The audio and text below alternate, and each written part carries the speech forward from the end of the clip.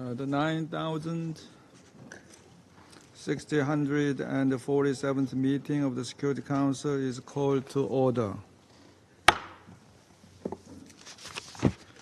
The provisional agenda for this meeting is maintenance of peace and security of Ukraine. The agenda is adopted.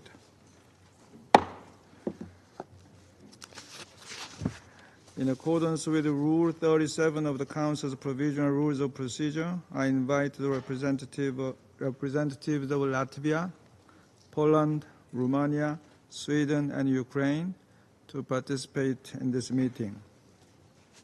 It is so decided.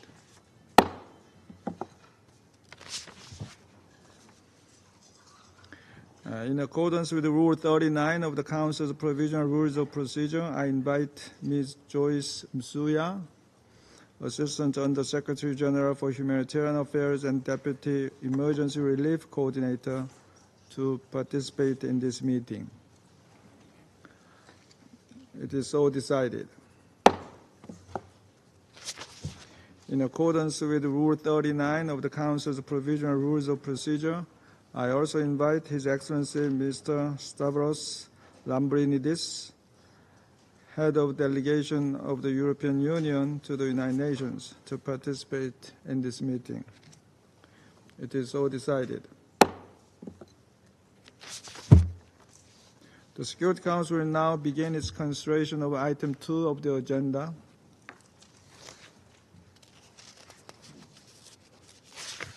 I now give the floor to Ms. Joyce Msuya.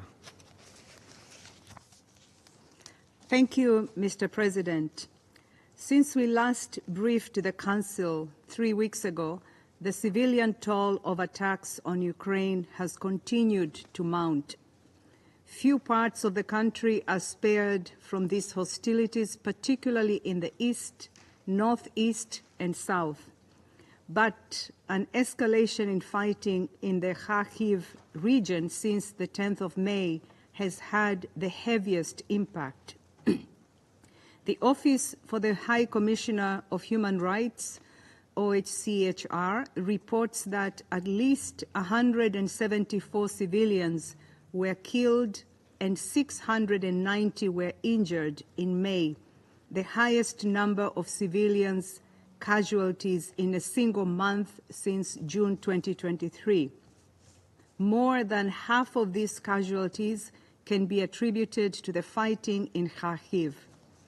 Shopping centers, homes, educational establishments, shops, office buildings, parks, and public transport have all been struck in recent weeks. At least 18,100 people in the Kharkiv region have been newly displaced, according to estimates by the International Organization for Migration. With support from around 50 humanitarian organizations, more than 12,000 people are receiving assistance at a transit center in Kharkiv city. This includes food and water, clothes, bedding, household items, cash, psychosocial support, and legal assistance. Civilians who remain in border and frontline areas in Kharkiv face dire conditions. Many are cut off from access to food, medical care, electricity, and gas. Elderly people are disproportionately affected because they are often unable or reluctant to leave their homes. In northern Kharkiv, where the fighting is heaviest, more than half of those killed or injured have been over the age of 60.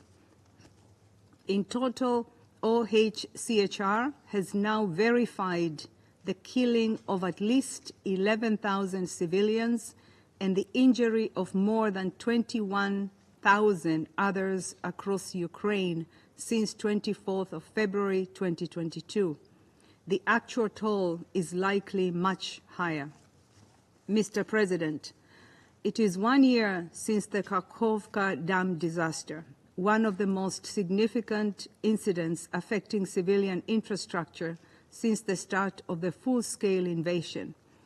Destruction of the dam unleashed monumental flooding, leaving large portions of the surrounding area underwater. It destroyed homes, displaced families, ruined livelihoods, and disrupted water supply for millions of people. It showed just how extensive and long-lasting the humanitarian impacts of a single incident affecting critical infrastructure can be. That is why it is deeply concerning that systematic attacks on Ukraine's energy infrastructure, a feature of this war since February 2022, continue. Since 22 March 2024, the UN and its partners have identified 6 waves of such attacks across 15 regions, impacting healthcare and other social, payment, and transport services, and disrupting electricity, gas, water supplies for millions of households. According to the United Nations Development Programme's preliminary estimations based on available official data, the energy system in Ukraine is now down over 60% of its pre-war generation capacity. This, of course, has severe consequences for the humanitarian situation in Ukraine. We note that strikes inside the Russian Federation in recent months, including in the Belgorod region, have also resulted in civilian casualties and damage to residential homes and other civilian infrastructure. We are also deeply concerned about the impact of attacks on Ukraine's transportation and port infrastructure on global food security. In recent weeks, there have been worrying indications of renewed upwards pressure on global grain prices linked to this damage to infrastructure in Ukraine, among other factors.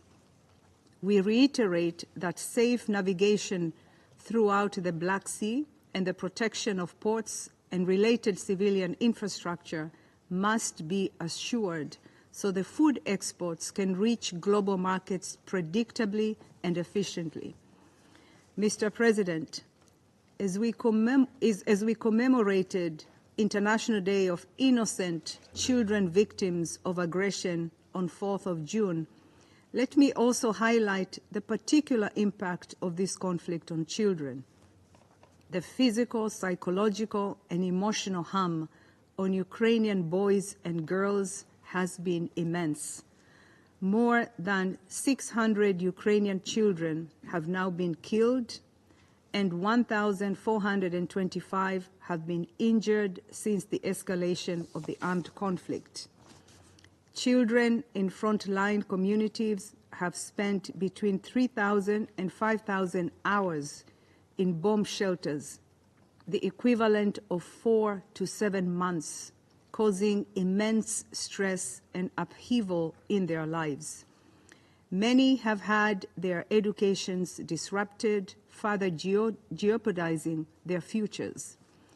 As with other vulnerable groups, children, particularly girls, have faced increased exposure to gender-based violence, domestic violence, and trafficking for sexual exploitation. Unavailable or overwhelmed protection services means access to support is extremely limited. And 1 million children are among the close to 4 million people now internally displaced. Children also constitute a significant portion of the 6.5 million Ukrainian refugees recorded globally.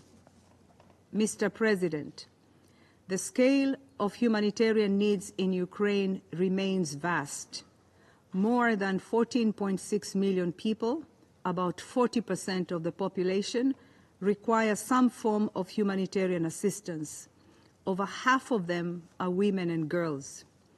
We are incredibly grateful to the donors who have so far provided $856 million in humanitarian funding, or 27% of the $3.1 billion required under the 2024 Humanitarian Needs and Response Plan.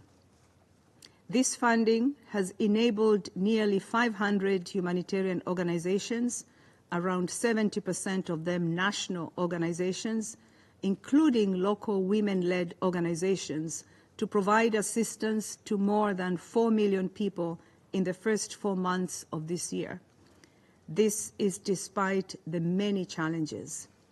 Key among these challenges, as we have said repeatedly, remains the lack of humanitarian access to around 1.5 million civilians in areas of Donetsk, Luhansk, Kherson, and Zaporizhia, currently under the occupation of the Russian Federation. We must have rapid and unimpeded humanitarian access to all civilians in need in accordance with the requirements of international humanitarian law. And as the conflict continues to escalate and we look to kickstart preparations for another winter dominated by war, full funding of the Humanitarian Response Plan is urgently needed to sustain operations. I am compelled once again to recall that all parties must respect international humanitarian law, including by facilitating humanitarian relief for civilians in need and taking constant care to spare all civilians as well as civilian objects, including homes, schools, hospitals, and other essential infrastructure. These obligations bind all parties equally without depending on reciprocity, whether military operations are carried out, whether in Ukraine or the Russian Federation. I urge all states to exert their influence to ensure that the parties respect international humanitarian law. Mr. President, well into the third year since the escalation of this war, it continues to rip apart civilian lives, homes, and futures. Millions of people are facing another year and potentially another winter of suffering and deprivation. Many, particularly those in frontline communities, continue to rely on humanitarian aid to meet their most basic needs. The UN and its partners remain committed to supporting all those whose lives have been torn apart by this war. But the longer the violence and destruction continue, the greater the suffering will become and the bigger the task to rebuild shattered lives and communities. The long-term impact of this war will already be felt for many generations. We welcome the Ukraine Recovery Conference being held on the 11th to the 12th of June in Berlin. This will be a key opportunity for donors, key partners, and the UN to advance the government's recovery priorities and leverage financing for critical development in affected parts of the country. As we continue to urge the Security Council and all member states to do everything within their power to ensure respect for the rules of war, pursue peace, and bring the suffering of the Ukrainian people to an end. Thank you, Mr. President. I thank Ms. Msuya for her briefing. I now give the floor to those council members who wish to make statements. I give the floor to the representative of France. Thank you, Mr. President. I wish to thank Madam Joyce Msuya for her briefing. Mr. President, France requested that this meeting be held at a time when Russian strikes against Kharkiv and the region have been intensifying. On the 19th of May, an airstrike targeted a recreation area in the area of in the village of Cherkasska-Lozovo, killing 6 people and wounding at least 27. On the 25th of May, Russia targeted a shopping center on Saturday in the middle of the day, causing dozens of civilian casualties, including children, as well as major damage to civilian infrastructure. Russia has been deliberately targeting civilian infrastructure, including housing, hospitals, and power plants. These strikes have borne out something which we have observed for a number of months already. After an initial strike, Russia carries out secondary double-attack strikes, which specifically target the rescue personnel who are rushing to the scene to provide assistance. The situation of internally displaced persons is alarming. The city of Kharkov already hosts more than 200,000 displaced persons. New Russian strikes on that region and the devastation which they generate have forced people to flee. Humanitarian needs have been rising. More than 14,000 people have had to be evacuated since the launch of the Russian offensive in the region since the beginning of the month. These include people who are already vulnerable, the elderly, as well as people with reduced mobility and people with disabilities who have already been unable to leave earlier. Children are significantly affected. They have been displaced repeatedly and suffering grave psychological trauma. The Russian authorities continue to violate IHL. Indiscriminate strikes against civilians and civilian objects constitute war crimes. France condemns these violations of IHL. We reaffirm our support to countering impunity for the perpetrators. President, the humanitarian toll of this war of aggression continues to rise. The UN High Commissioner for Human Rights has determined that 10,500 civilians have been killed since the outbreak of the conflict. The real number, as we are aware, is without a doubt far higher. More than 4 million people, including 1 million children, have been displaced. More than 17 million need humanitarian assistance, as has already been stressed. Access to civilian populations in areas occupied by Russia is impossible. It is essential to provide comprehensive, safe, and unimpeded access to all people in need of humanitarian assistance. President, after more than 2 years of aggression, Russia has been wagering on the exhaustion of the Ukrainian people and on the weariness of those who support them. This will not be the case. We continue to deliver political, military, humanitarian support to Ukraine to help it exercise its right to legitimate defense. We shall continue to call upon Russia to withdraw its troops from Ukrainian soil, as has been demanded by the International Court of Justice in March 2022. We remain mobilized to ensure compliance with the principles of the Charter of the UN, which alone can serve as a bedrock for a fair, lasting peace. While Russia deliberately targets civilians in Ukraine, Ukraine and the rest of the world have been acting to mitigate the humanitarian fallout from this war. This essential issue will be subject of discussions during the peace conference organized by Switzerland next week. Thank you. I thank the representative of France for their statement. I give the floor to the representative of United States. Thank you, Mr. President, and thank you, Assistant Secretary General Masuya, for your briefing. We also welcome the representatives of Ukraine, Latvia, Poland, Sweden, Romania, and the head of the EU delegation to this meeting. Mr. President, on May 10, the Russian Federation launched an offensive against the Kharkiv region of Ukraine. The world witnessed the havoc and destruction that followed. Russia's missiles have hit apartment buildings, shopping centers, and book publishing facilities. Russia's missiles pounded Kharkiv's energy system in a continuation of its practice of attacking civilian infrastructure. These attacks have displaced more than 18,000 people from frontline communities.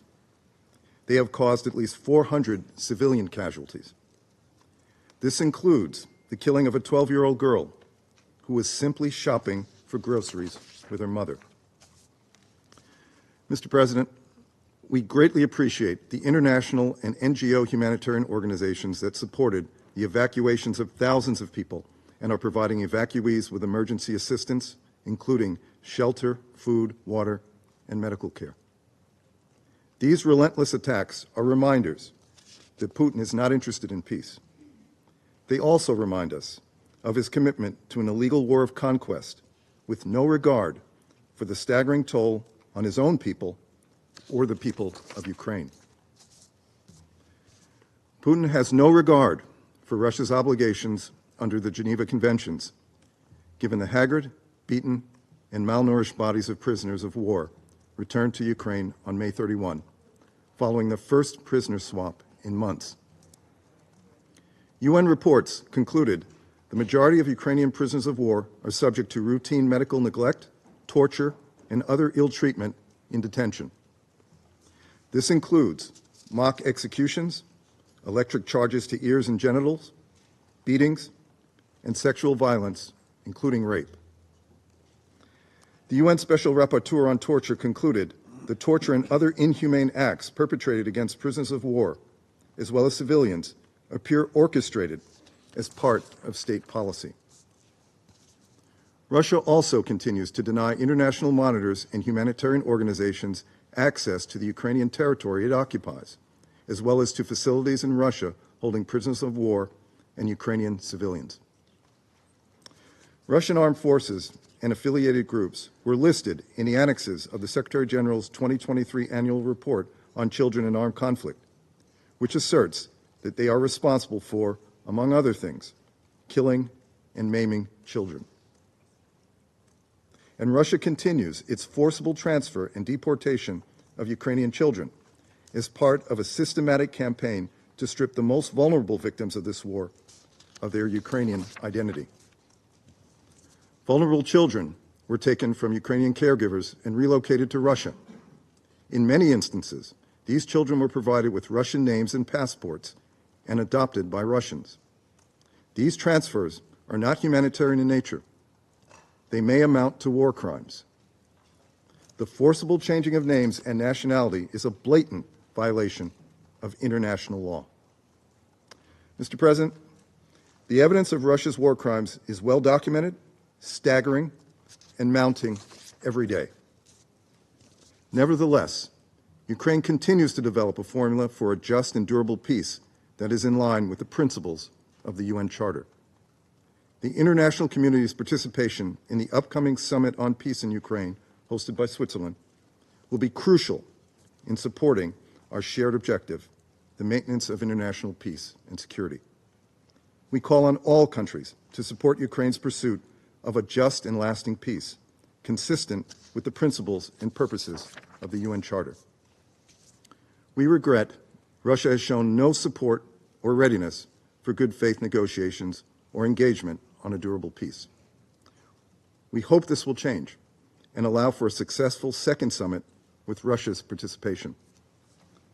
Mr. President, the United States will stand by Ukraine as it seeks a just and lasting peace consistent with the UN Charter. We will continue to call for justice for the victims of this war of aggression and to work for accountability for those responsible. Thank you, Mr. President. I thank the representative of the United States for their statement. I give the floor to the representative of Guyana. Thank you, Mr. President. I also thank ASG Joyce Monsieur for her briefing. We note with growing concern the worsening humanitarian situation in Ukraine, with over 14 million people now needing humanitarian assistance.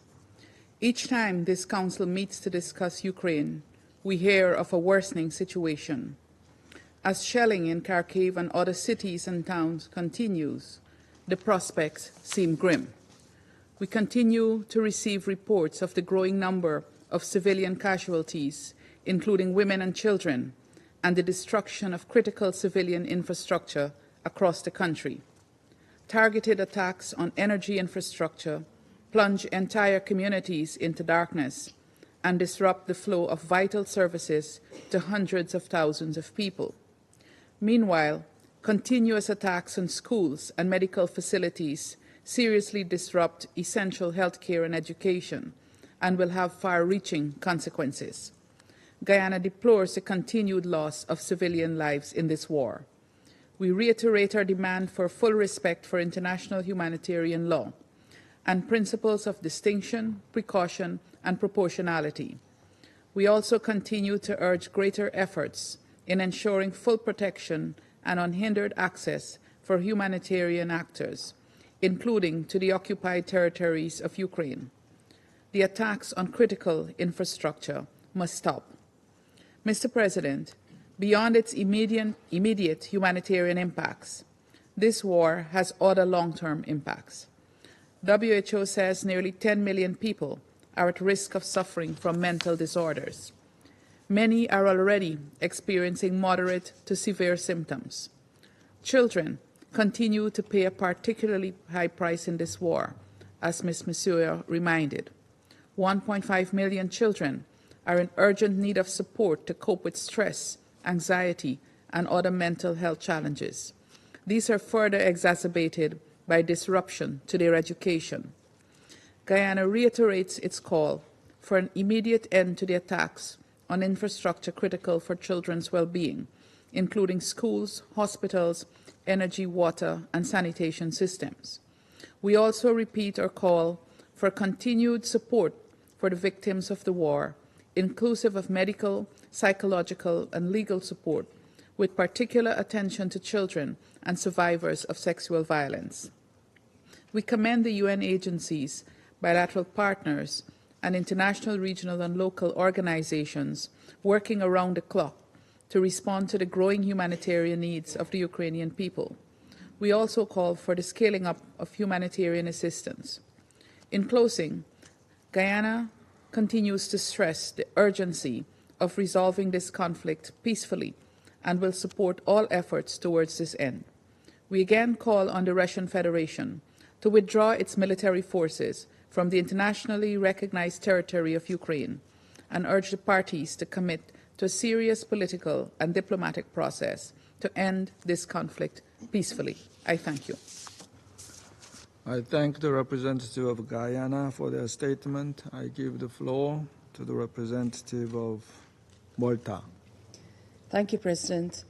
I thank ASGMC for her important briefing. For more than 2 years, the Russian Federation has been persisting in its war of aggression against Ukraine. The scale of the humanitarian consequence caused by this war is hard to comprehend.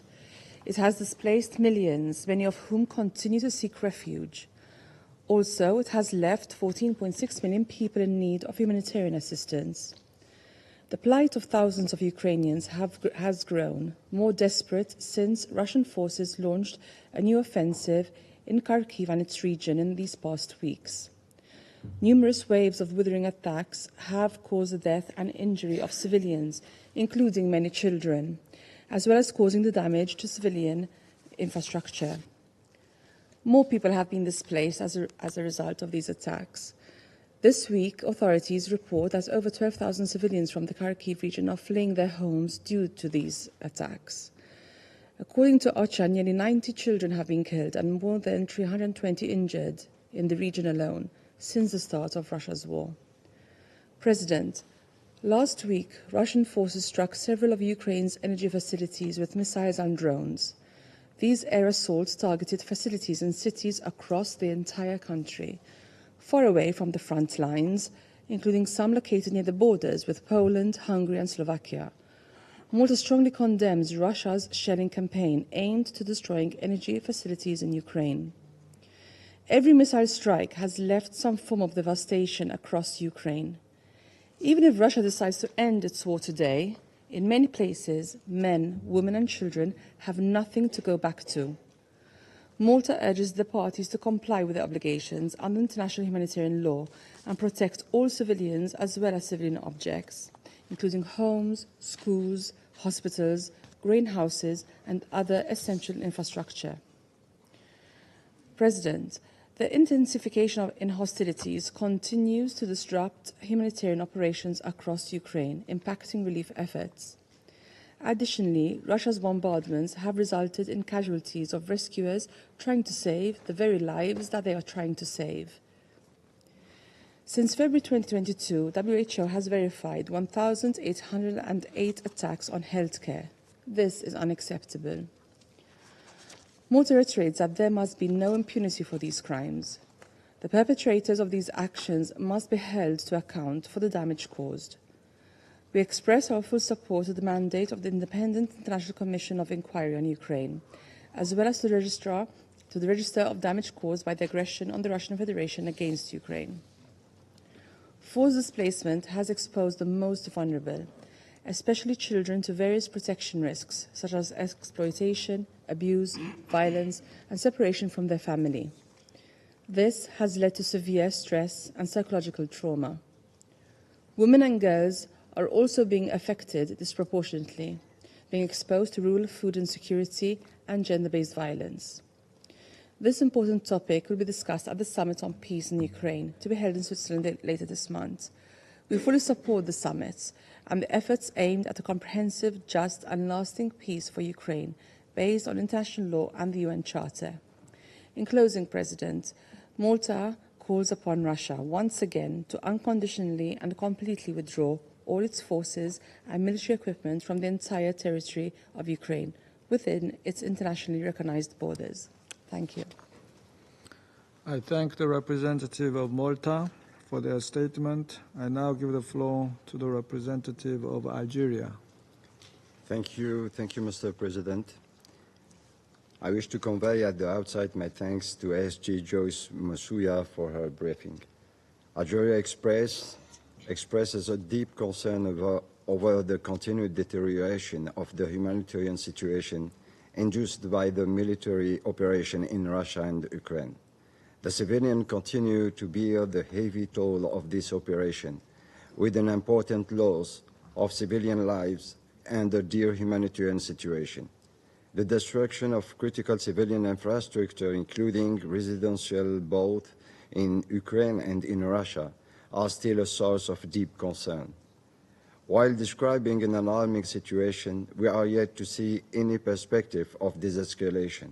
The recent developments are showing a completely different trend. Against this backdrop, Algeria is of the view that the following elements need to be addressed. First, it is essential to give a primacy to diplomatic endeavor towards addressing in an inclusive manner the dire humanitarian crisis in Ukraine. For that to be achieved, all parties have to choose the path of de-escalation and compliance with the UN Charter and the international law, including the international humanitarian law.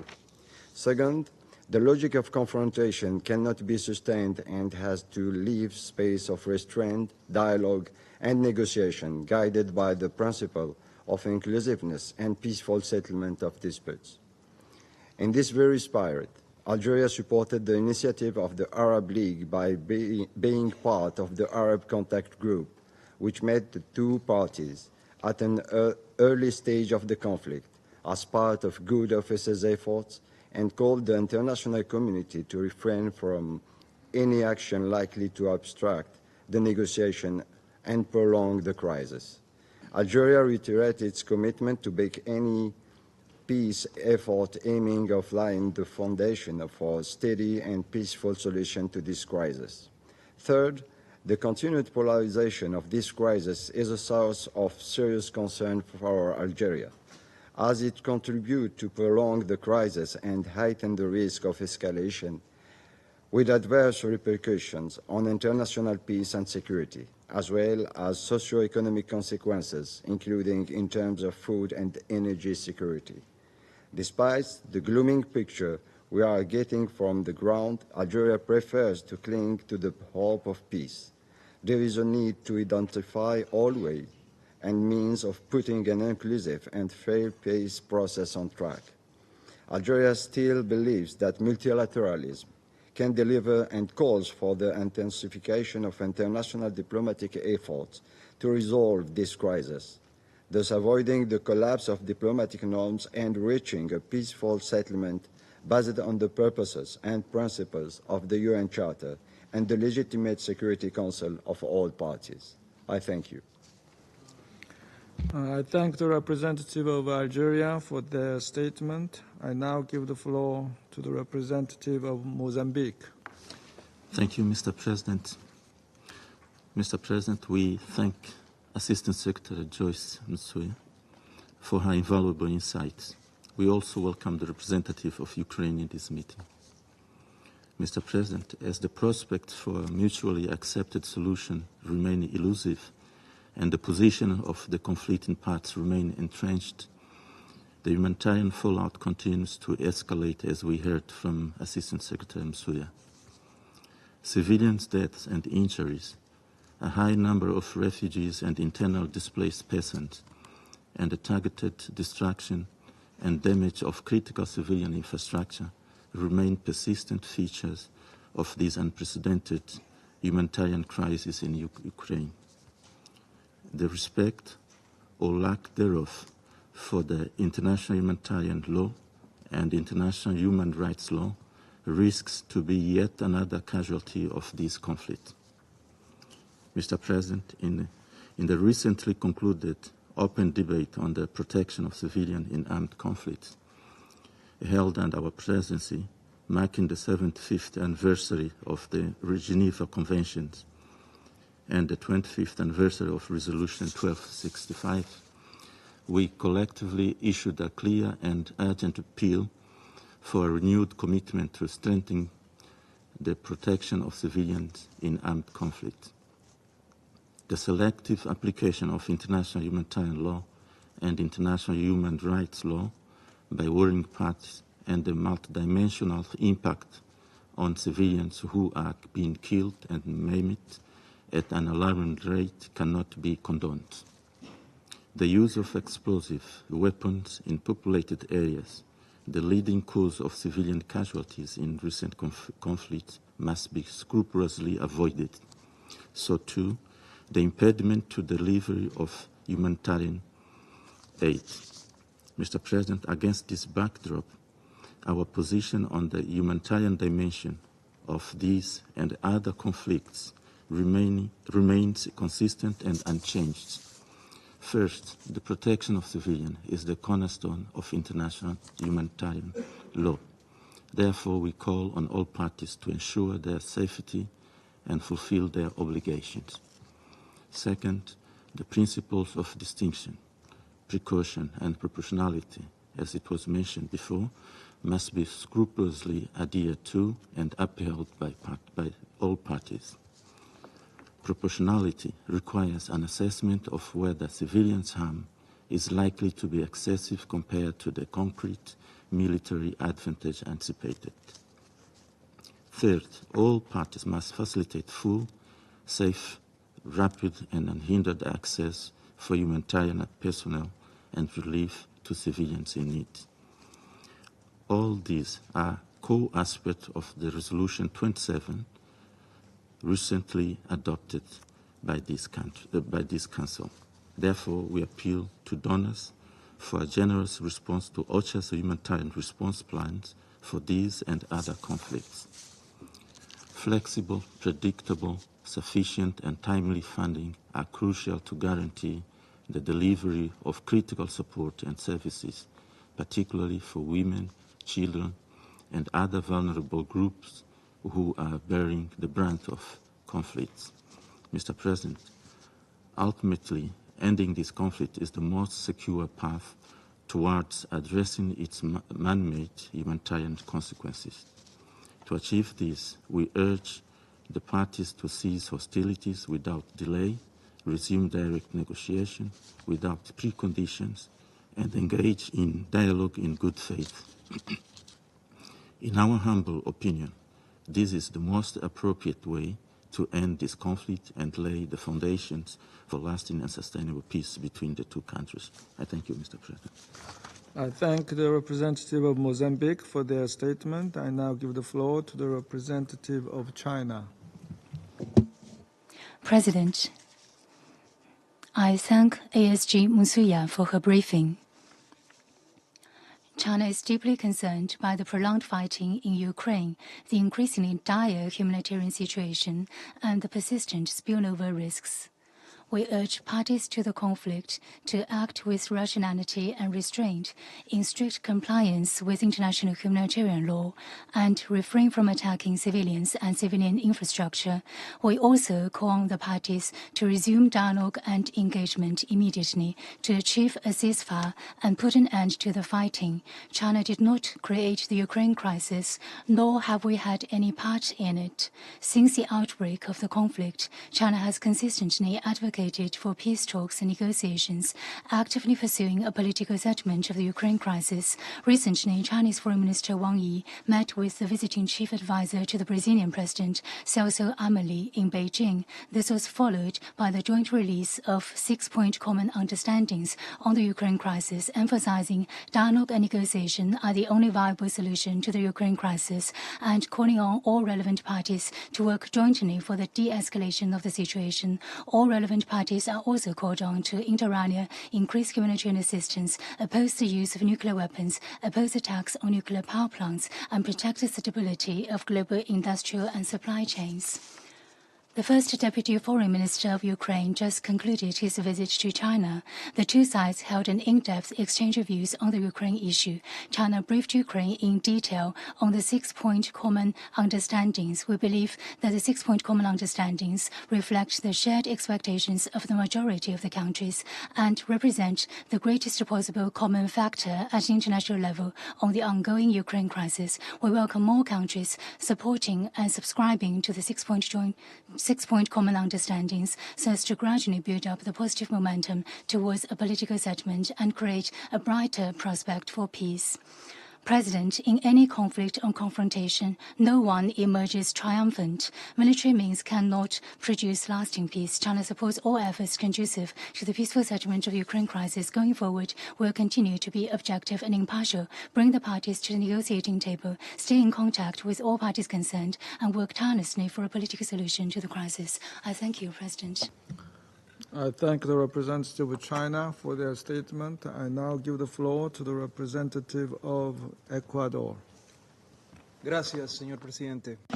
Thank you, President. I should like to thank Ms. Masuya for her detailed briefing, and also I'd like to recognize the presence of the representative of Ukraine this morning.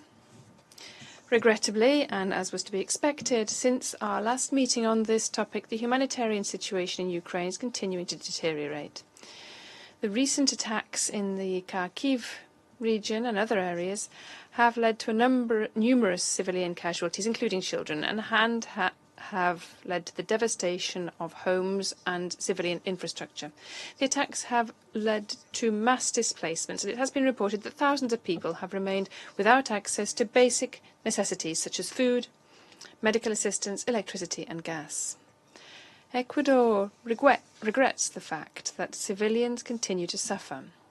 Attacks against private property and civilian objects, in particular homes, schools, hospitals, and other essential infrastructure, are unacceptable and must cease immediately. The protection of civilians and the preservation of civilian objects are obligations under international humanitarian law, and hence are binding upon all parties to a conflict. Ecuador applauds the efforts of the United Nations and its humanitarian partners, who continue to provide vital assistance to those affected, despite the risks. It is crucial that unhindered humanitarian assistance be allowed access, and that humanitarian organizations be provided with enough funds and personnel to carry out their work. In this context, I underscore the importance of Resolution 2730 of the Security Council, which reaffirms the need to protect humanitarian personnel and ensure unimpeded access to humanitarian aid. President, Excellencies, colleagues, in recent days, Mr. Martin Griffiths was clear and categorical in his analysis of the global situation during his final press conference as OCHA Under-Secretary General, and he stressed, I quote, that we are not using dialogue when we had committed to do so, and we are failing those who founded the United Nations in 1945, end of quote. But I wish to finish by echoing the words of Mr. Griffiths, who has left an indelible mark in his tireless work to defend humanitarian assistance in crisis contexts. And I quote, "Humanitarian workers are doing great, heroic work on the ground, lending support where they can, But they are not the saviours. The saviours of this world are those who bring an end to wars and who build peace.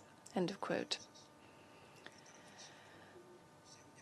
So I would like this reflection to be an urgent call to action for all of us. Thank you. I thank the representative of Ecuador for their statement. I now give the floor to the representative of Slovenia. Thank you, Mr. President. I wish to thank Assistant Secretary and Deputy Emergency Relief Coordinator, Ms. Masuya, for her briefing, and wish to make a couple of points on behalf of my delegation. One, Russia's relentless attacks on Ukrainian critical energy infrastructure. This represents another in the line of flagrant violations of international humanitarian law by Russia. In the city of Kharkiv, practically all power generation capabilities were destroyed, as was the most of transmission infrastructure connecting the city with the rest of Ukrainian power system. The situation throughout the country presents a great challenge for the summer months and is almost insurmountable for the coming winter months. Targeting critical energy infrastructure has zero military value. Its only goal is bombing the Ukrainian population into submission. Slovenia condemns attacks against energy generation and transmission infrastructure in the strongest possible terms. 2. Rising numbers of internally displaced persons. An estimated 3.7 million people are internally displaced in Ukraine. This number surged in May when Russia opened another front in the Kharkiv region. Almost 20,000 people fled from the areas of active fighting to the city of Kharkiv, only to be exposed to further Russian aerial attacks on the city itself. As reported by ASG Masuya earlier this morning, the girls and boys in frontline regions spent the equivalent of 7 months underground. Colleagues, that is no way to spend childhood. Attacks against civilian infrastructure, which provide essential services for the civilian population, needs to end. A shopping center and a printing house are not military targets. 50 civilian casualties in one day is not collateral damage. It is time for these so-called highly precise Russian strikes to end. It's time for all attacks to end and for Russia to withdraw all of its troops from Ukraine. 3. A prospect for peace. Slovenia fully supports the peace summit that will take place in Switzerland in a couple of days and will attend it at the highest level. We call on all member states to attend the summit and make this a first meaningful step towards peace. Ukraine and its people desperately need peace. The wider region needs peace, and this is the first step in the right direction. I thank you. I thank the representative of Slovenia for their statement. I now give the floor to the representative of United Kingdom. Thank you, President. And I would like to thank ASG Masuya for your very informative briefing. Colleagues, we cannot say it enough times. Russia, who used their seat on this council to opine on and to sit in judgment on other countries on this council's agenda, are, as we speak, bombing Ukrainian civilian infrastructure with no regard for civilian life, in an illegal war of aggression and in defiance of the UN Charter. Let me make 3 specific points. First, we should look at the facts. The Dnipro hydroelectric power plant, the largest in Ukraine, was severely damaged in a targeted attack by Russia and can no longer produce electricity. A breach of the dam would have had even more severe humanitarian consequences. This Council should reject categorically Russia's deliberate and illegal assault on Ukraine's energy infrastructure. Second, Russia's opening of a new front in the northeastern region of Ukraine has exacerbated an already desperate humanitarian situation. Over the 10th to the 28th of May, the Human Rights Monitoring Mission in Ukraine verified that 45 civilians were killed and 189 were injured in the Kharkiv region and city. This includes the devastating attack on a civilian shopping centre on the 25th of May. Many thousands of people have been evacuated, and IOM estimate the total number of internally displaced to be around 3.5 million. The UK echoes the UN Humanitarian Coordinator for Ukraine, Denise Brown, who has condemned the repeated attacks in Kharkiv and Kharkivska Oblast. As she said, those fleeing their homes have suffered a new trauma in Kharkiv, having arrived in search of safety. And, as ASG Masuya reminded us, this has an especially damaging impact on children in those areas. We should not tolerate children having to grow up under constant bombardment from Russian missiles, drones, and shells.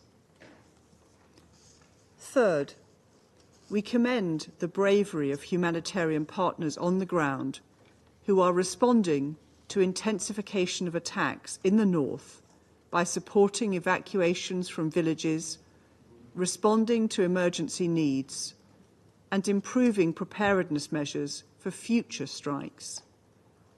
The UK has committed over $456 million in humanitarian assistance to Ukraine and the region, and we urge other member states to continue their support to an appeal that remains only 28% funded, according to OCHA's latest assessment. Colleagues, only Russia has the ability to address this suffering. So we echo the calls that we've heard from every member of this Council for Russia to comply with their obligations under international humanitarian law, to cease targeting infrastructure that provides essential needs for Ukrainians' population. And we call on Russia to withdraw from the internationally recognised territory of Ukraine. Thank you, President. I thank the representative of the United Kingdom for their statement. I now give the floor to the representative of the Russian Federation. Mr.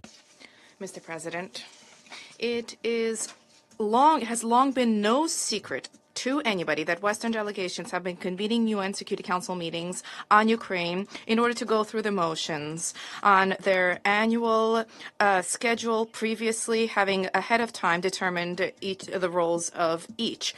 There is no doubt that in reality they have no concern whatsoever for the humanitarian situation in Ukraine, no concern whatsoever regarding the suffering of civilians in that country, or especially in the bordering territories of Russia. In principle, they don't have any concern for this anywhere in the world. For the United States and European countries are fighting not for Ukraine, but rather for their so-called leadership, for the furtherance of their geopolitical agendas. A stark example of this is the humanitarian catastrophe in Gaza. Have there been many open meetings on this question? Have they been initiated by Western delegations? And yet, the number of the dead there has already long surpassed 30,000 people. However, for those concerned purely with domestic political parochial agendas in those countries, our Western colleagues have no concern for Gaza, which is being razed to the ground, wiped from the earth. And this is another inconvenient issue for this. Such double standards are shameful. Another confirmation of the egregious hypocrisy of the West is the fact that they wax poetic about the humanitarian consequences of the conflict in Ukraine. And at the same time, Western capitals have been deliberately continuing to escalate the situation, allocating for their protégés in Kiev, giving them carte blanche for the use of NATO weaponry against the territory of our country. what are utterly false are the statements of Western countries about their aspiration for peaceful and sustained resolution to the conflict. What they have proposed as a resolution is not a peace formula, but rather a formula for war and bloodshed.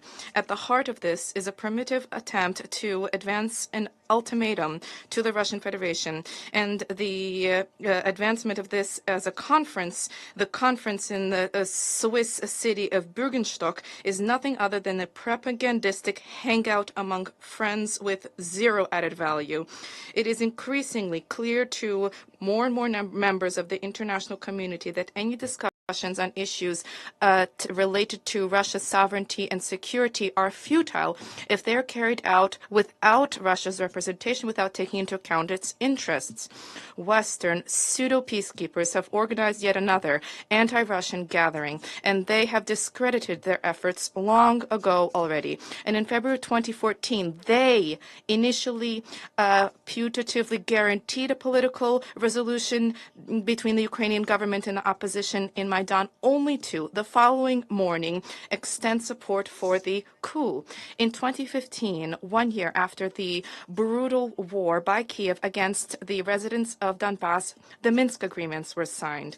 And even here, Western guarantors of the agreements, as it turned out later, not only had no plans to prompt Kiev to implement this, but they also openly acknowledged that the signing of the package of measures was done merely to arm Ukraine and to prompt it towards a new war against Russia. In 2022, another opportunity for peaceful resolution slipped away.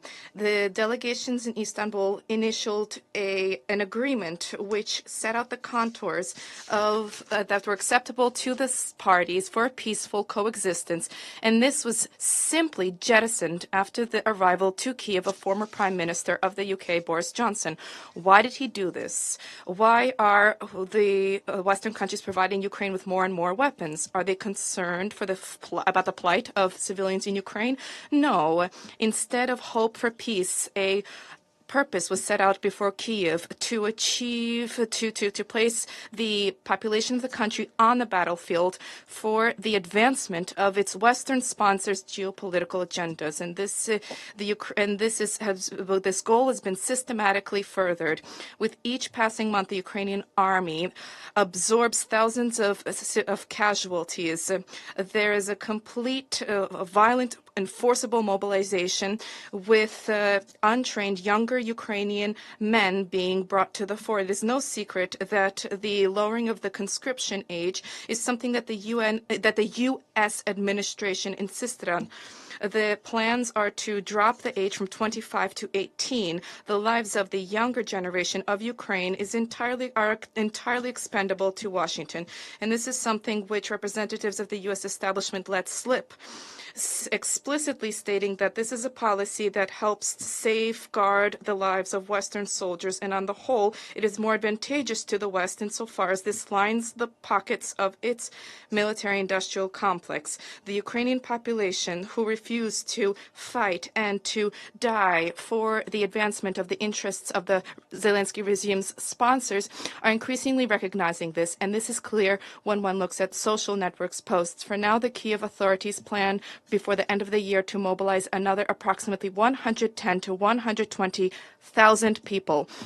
Conscription-age men are being rounded up virtually ubiquitously, and as of the 1st of July, there has been a total ban imposed on the exit of military-age people from Ukrainian territory.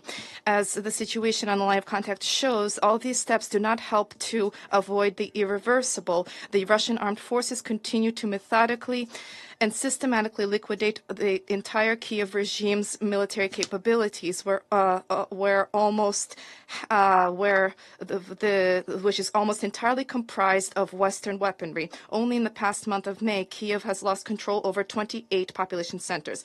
Against the backdrop of the major hostilities and the military failures of the Kiev regime has cravenly attempted to recoup its losses, targeting Russian civilian areas, shelling them them with various forms of NATO weapons. If we are to consider statistics over the past year, every week the UAF has rained approximately 2,000 shells on peaceful targets. Every week, approximately 100 civilians die and are wounded. Frequently, these numbers are far higher. Since May 2022, the UAF has been systematically stepping up the intensity of strikes against civilian objects on the territory of Belgorod Oblast. This is 9,000 episodes, and the number of the dead civilians are 190, including 15 children. 900 have been wounded, 83 are children, and the shelling reached its peak in the period from December 2023 to June 2024. During the New Year's holidays, a cynical crime was perpetrated in Belgorod. A strike targeted the center of the city. 25 people died. 4 were children, including 2 entire families. On the 12th of May, as a result of a combined strike with the use of the Czech Vampire MLRS, 6.U missiles, and the Olha MLRS, an entire apartment building was destroyed in Belgorod. 15 people died, 2 of whom were children. This was subject to merely one line in the statement from Madam Masuya. Not a word about this was said in the statements from Western delegations, not to mention the thousands of the lives of ordinary people who perished in Donbass since the beginning of the war in 2014. Today, once again, we received news about a strike in Lugansk with 5 American ATACMS missiles. American ATACMS missiles.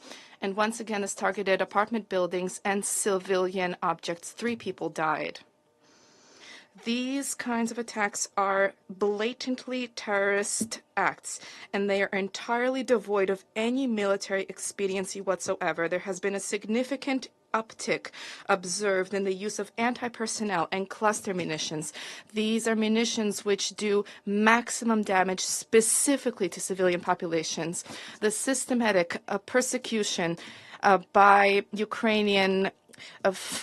Ukrainian militants is carried out with and emergency service personnel are being targeted, as are medics, with the use of secondary strikes in the areas where initial strikes are carried out. The sole purpose is to generate a humanitarian crisis in the region, to instill fear in people, and to make the lives of civilians unbearable. Western members of the Council, do they have any care or concern about discussing these crimes perpetrated by the Kiev authorities? Of course, the lives of Russians are of no concern to Western states, but neither we nor the Russian armed forces have any intention of tolerating this. Today, we have once again heard more and more Western tall tales, fabrications about the use by evil Russians, their weaponization of hunger and cold, and their alleged deliberate destruction of schools, hospitals, the targeting of Ukrainian POWs and children. The U.S. representative mentioned violence against Ukrainian POWs, but he mentioned this not because this is true, but he mentioned this because the U.S. is very well aware of what such torture against POWs is. They showed this in Guantanamo and Abu Ghraib in Afghanistan, and they showed this with those examples clearly to the entire international community. But this delegation has no concerns with trotting out endless lies. Western donors are eagerly reporting on the humanitarian assistance delivered to civilians, and they are branding the Russian Federation for its refusal to grant entry to biased pseudo-human rights and humanitarian NGOs to our territory. Western countries continue to prefer to remain silent about the inconvenient issue of the frequent instances of theft and looting of humanitarian cargo. A recent example was the Ukrainian mayor of the city of Zaporozhye taking upon himself to seize 22 shipping containers, 389 railway cars, and 220 trucks with humanitarian assistance from Europe.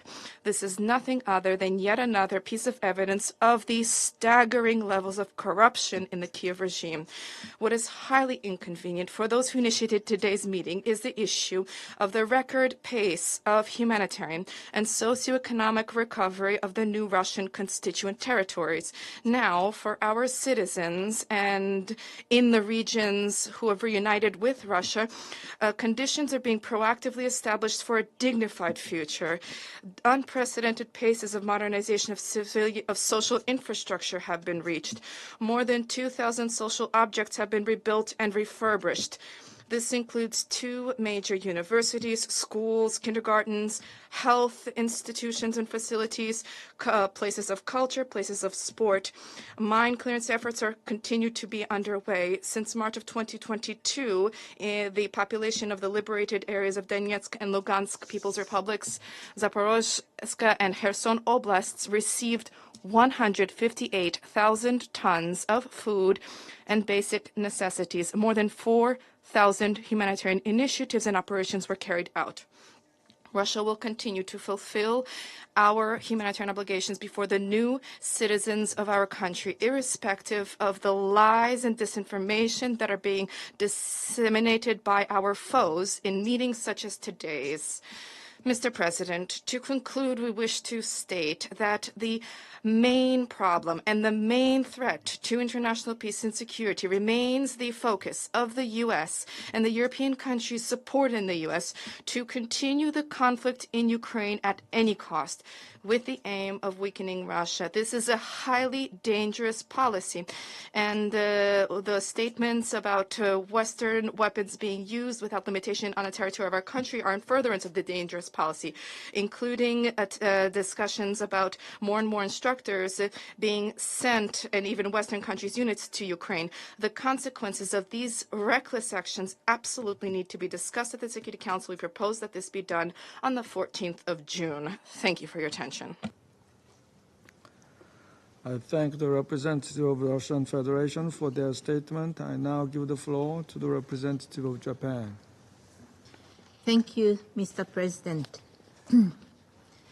I thank ASG Ms. Musuya for her valuable briefing. Just over 3 weeks ago, this council was convened to address the humanitarian crisis in Ukraine, focusing on the ongoing attacks on energy-related facilities across the country. Today, we have come together once again to confront the grim reality caused by the escalating attacks in the Kharkiv region. It is deeply regrettable that, in today's briefing, we were reminded of the numerous and increasing civilian casualties resulting from the clear violation of the UN Charter by a permanent member of the Security Council. Russia's unprovoked war of aggression against Ukraine has led to the death and injuries of countless innocents, continuing to worsen the humanitarian crisis on the ground.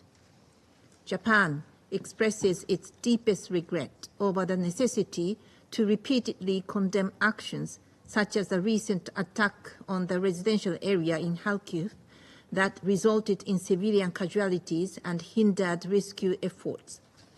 Local authorities reported the evacuation of over 11,000 people from the Kharkiv region due to intense fighting. Escalating hostilities continue to devastate people's daily lives and be obstacle to essential humanitarian efforts. Since 2022, almost 90 children have lost their lives, and over 320 have been injured in the Kharkiv region alone. It is deplorable that this is just a minuscule part of the child victims all over Ukraine. We must never forget child abductions by Russia as well. Japan is deeply distressed by Russia's continuous disregard for international law, including international humanitarian law. Attacks against civilians and civilian objects are clearly prohibited by IHL. The international community will not tolerate impunity for those responsible and perpetrators of violations of IHL, and all other heinous acts must be identified and held accountable. Japan also calls for the protection of humanitarian personnel and reiterate the need to ensure full, rapid, safe, and unhindered humanitarian access throughout Ukraine. Furthermore, Japan condemns in the strongest possible terms North Korea's export and Russia's procurement of ballistic missiles, as well as Russia's use of these missiles against Ukraine.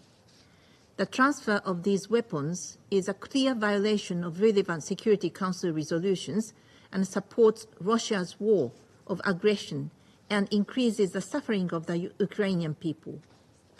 We continue to closely monitor what North Korea gains in return. Mr. President, since the beginning of aggression, Japan has provided Ukraine more than $12 billion, including humanitarian recovery and reconstruction assistance. Japan will steadfastly and seamlessly support Ukraine's economic development, from emergency assistance and daily livelihood reconstruction to more advanced stages of industrial rebuilding. We will continue to partner with Ukraine in its efforts to rebuild lives and create new industries, aiming to establish a strong economic foundation for sustainable recovery and a robust overall economy. Mr. President, once again, we reiterate our clear position to urge Russia to cease its aggression and immediately and unconditionally withdraw from the internationally recognized territory of Ukraine. Japan continues to stand with the people of Ukraine and uphold the UN Charter. I thank you. I thank the representative of Japan for their statement. I now give the floor to the representative of Sierra Leone. Mr. President, I thank you for convening this briefing. Let me also thank Ms. Joyce Msuya, Assistant Secretary General for Humanitarian Affairs and Deputy Emergency Relief Coordinator, for a valuable briefing. I welcome the participation of the representative of Ukraine in this meeting. Sierra Leone is deeply concerned about the ongoing humanitarian crisis in Ukraine, particularly in the city of Kharkiv and the surrounding region, which has been severely impacted by the recent escalation in hostilities, with the potential for further deterioration if the hostilities persist. We note with concern the recent attacks on civilian infrastructure, which have caused significant casualties and displacement. Residential areas, shopping centers, and other vital facilities have been targeted, leading to a considerable loss of lives and widespread destruction of homes and essential services, posing severe threat to the safety and well-being of the affected population. A most recent example is the reported strike on the epicenter hypermarket in Kharkiv, resulting in numerous fatalities and injuries, including civilians engaged in their daily activities. The ongoing aerial attacks and shelling on energy and critical infrastructure hinder the delivery of aid and the rebuilding of essential infrastructure and exacerbate the humanitarian crisis. The energy supply challenges, particularly as we approach the colder months, further threaten the well-being of the affected populations, underscoring the need for a sustained and flexible humanitarian response and cessation of hostilities. Mr. President, the United Nations Human Rights Monitoring Mission in Ukraine has verified that since the intensification of hostilities in early May, there have been 45 civilian deaths and 189 injuries in the Kharkiv region alone. These recent figures bring the total number of documented civilian casualties to 32,231, including at least 10,911 deaths, while noting that the real figures are likely to be considerably higher. UNICEF confirmed on 13 May that nearly 2,000 children have been killed or injured in Ukraine since the start of the conflict in February 2022, highlighting that the number of child fatalities this year has increased by almost 40% compared to 2023. IOM has further reported that over 17,300 individuals have been compelled to flee their homes with minimal belongings. People who have fled the areas along the Kharkiv region front line describe having to shelter for days in cold, dark basements with no electricity amid intense area bombardment, strikes by drones and missiles, and artillery shelling. The vulnerability of these displaced persons, particularly the elderly and those with disabilities, cannot be overstated. We note with alarm this report of acute stress among the displaced populations, particularly those who have endured multiple displacements. Further, and according to OCHA's situation report, roughly 40% of Ukraine's population is in need of some form of humanitarian assistance. This underscores the severe impact of the conflict on the local population and the urgent need for increased humanitarian assistance. In this regard, Sierra Leone acknowledges the commendable efforts of Ukrainian authorities in collaboration with volunteers and international humanitarian organizations, including the UN Refugee Agency and its partners, in establishing transit centers and providing relief to those affected. Sierra Leone emphasizes the vital importance of adhering to international law, in particular international humanitarian law, with the prohibition of attacks on civilians and civilian infrastructure. The protection of civilian lives must be paramount in any conflict and in the Ukraine conflict. Ensuring that the parties to the conflict maintain the safety of civilians must be utmost collective priority of this Council. We commend the ongoing coordination efforts led by United Nations Humanitarian Coordinator and facilitated by OCHA. These efforts are crucial in enhancing the preparedness and response capacity of humanitarian clusters and agencies. In this regard, we also emphasize the critical importance of sustained and flexible funding for humanitarian recovery programs in Ukraine. We call for increased donor support to ensure that humanitarian operations are adequately funded. UNHCR highlights that the current funding levels are insufficient to meet the escalating needs, particularly as we approach winter, a season that will intensify the hardships faced by those without stable homes or access to reliable energy supplies. It is also important that the civilian populations are provided robust psychological support.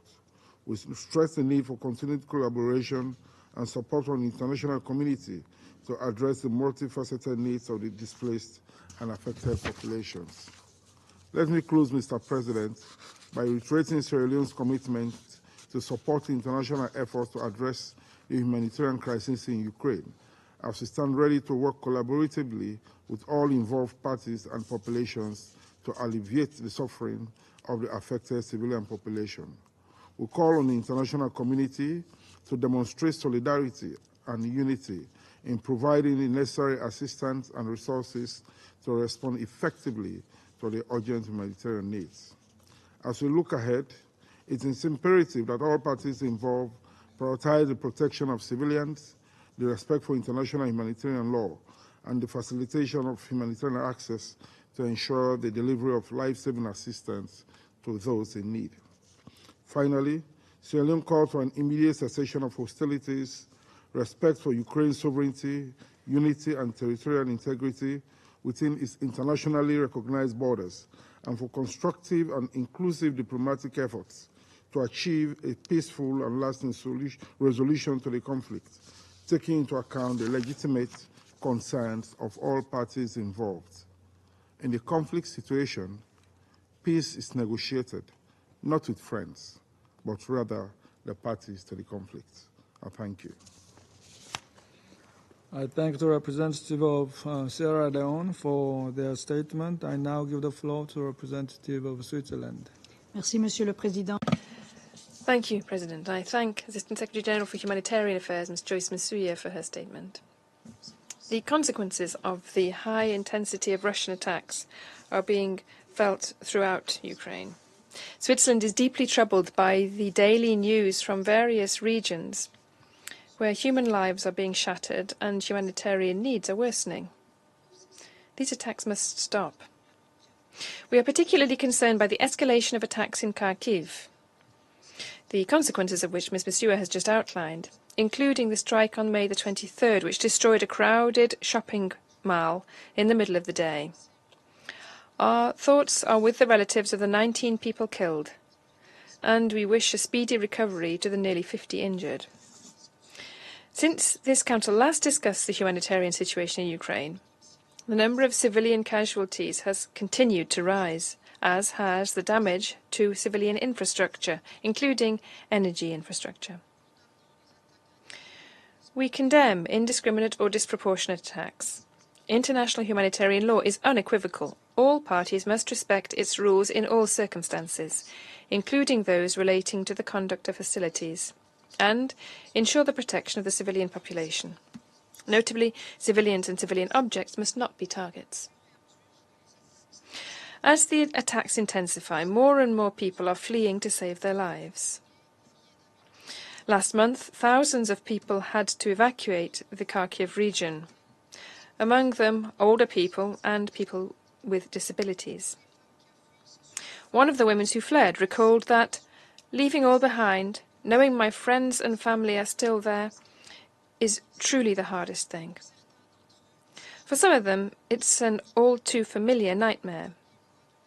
In the first few months of Russia's military aggression in 2022, almost a third of all internally displaced people had fled from the Kharkiv region, according to the International Organization for Migration.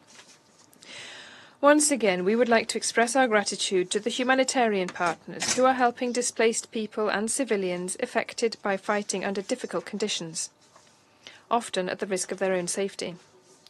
We reiterate the obligation under international law to protect humanitarian and UN personnel, including national and local staff.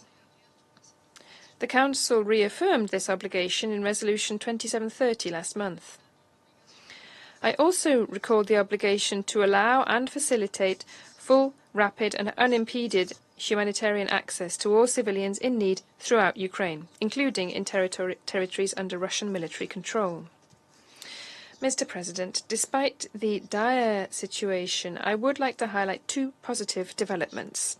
Firstly, an exchange of prisoners of war took place at the end of May, the first exchange in almost 4 months. Secondly, we welcome the reunification of Ukrainian children with their families.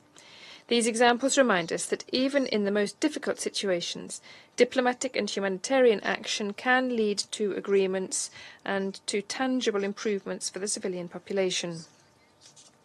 The longer the war goes on, the more insistent and urgent are the calls for peaceful solutions. The realities on the ground remind us that more diplomacy is needed to build peace. As Member States, we have the primary responsibility for those in need of protection. With the Summit on Peace in Ukraine, Switzerland wishes to make its contribution.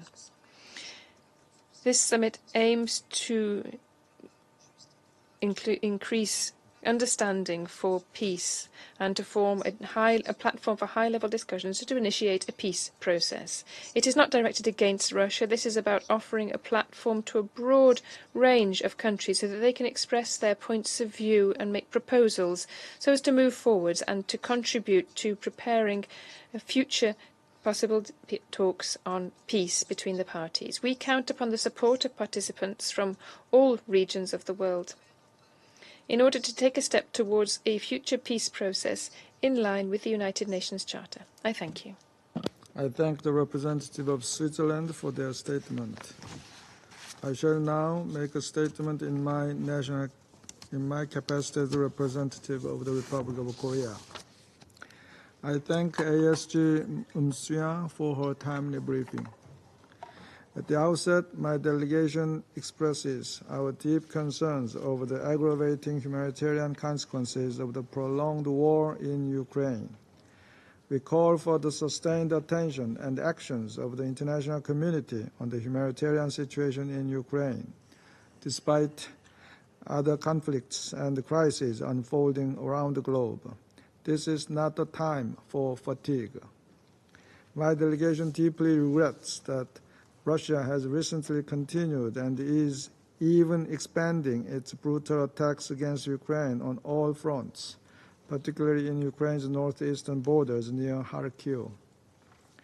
Russia's merciless attacks have targeted a large shopping center, residential areas, and a print facility, causing dozens of civilian casualties and internally displacing some 20,000 people in the Kharkiv region over the last 1 month alone. The international community has raised grave concerns about limited humanitarian access to Russia-controlled areas in Donbass. Additionally, if the front in Kharkiv continues to be active and there are frequent changes in control over surrounding towns, this will create more blind spots for humanitarian operations. And every day, this aggravates the already extremely serious situation of internally displaced persons and refugees, which currently stands at 10 million, or 25% of Ukraine's total population. The situation along the expanding front lines is catastrophic, according to OCHA's Ukraine Humanitarian Needs and Response Plan 2024, with civilians suffering from a lack of health care, food, and access to financial resources. We highly appreciate the efforts of humanitarian workers on the ground and are especially moved by the dedicated service of the volunteers, including assisting with the civilian evacuation from the Kharkiv region.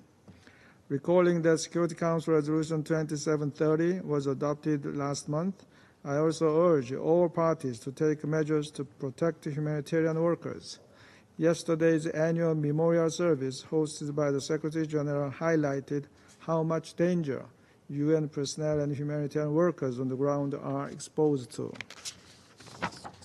We reiterate our condemnation of Russia's ongoing indiscriminate attacks against civilian objects across Ukraine in violation of international humanitarian law. We are also deeply concerned that Russia's coordinated strikes against energy infrastructure threaten to cripple Ukraine's basic functions and worsen the country's already dire humanitarian situation. Against this worrying backdrop, leaders from various parts of the world will gather next week in Italy and Switzerland to discuss the Ukraine situation. Particularly the Summit on Peace in Ukraine, held in Bruggenstock, will provide us with a valuable opportunity to advance a path to ending this war and establishing a lasting peace. Lastly, we commend the recent exchange of the prisoners of war and the return of Ukrainian children from Russia, mediated by UAE and Qatar, respectively, with sincere hopes that these kinds of efforts will persist in the future. The Republic of Korea will continue to support Ukrainian people in the areas of security, humanitarian aid, and reconstruction until they achieve a lasting peace in their lands. Now I resume my function as President of the Council. I understand the representative of the U.S. has asked for the floor to make a further statement. I give him the floor. Thank you, Mr. President. I apologize for taking the floor again, but I need to respond to some remarks that were made by the representative of the Russian Federation. Russia has, for the last 8 months, used and hidden behind the tragic situation in Gaza to make its highly disingenuous claims of concern for the plight of Palestinians in Gaza and damage to civilian infrastructure, while continuing to massacre civilians in Ukraine and to destroy its civilian infrastructure. Let me just be very clear. The United States will not let the Russian Federation continue this hypocrisy in the Council without a response. Let me simply say, Mr. President, that Russia can continue to run from its crimes in Ukraine, but it cannot hide. The Russian Federation will be held to account for its crimes in Ukraine.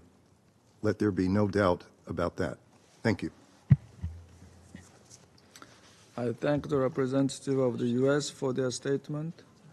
I now give the floor to the Russian Federation. Thank you very much, Mr. President, for giving me the floor.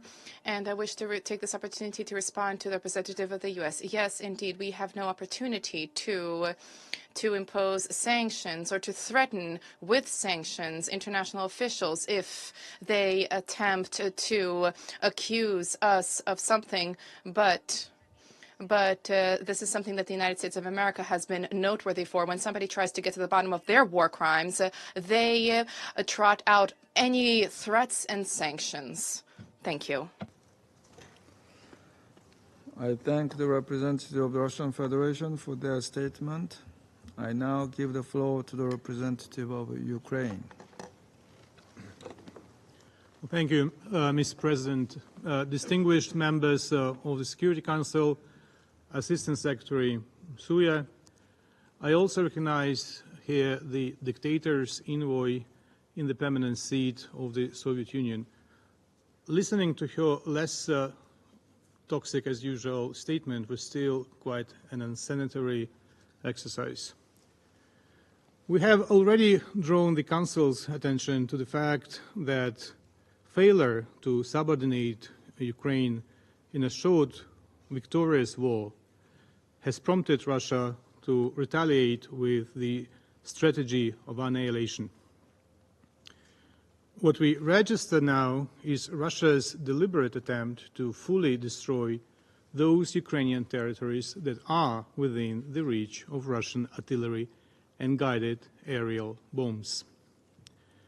Among many other Ukrainian territories, it is the very case of Kharkiv, Ukraine's second largest city, an important scientific, economic, and industrial center.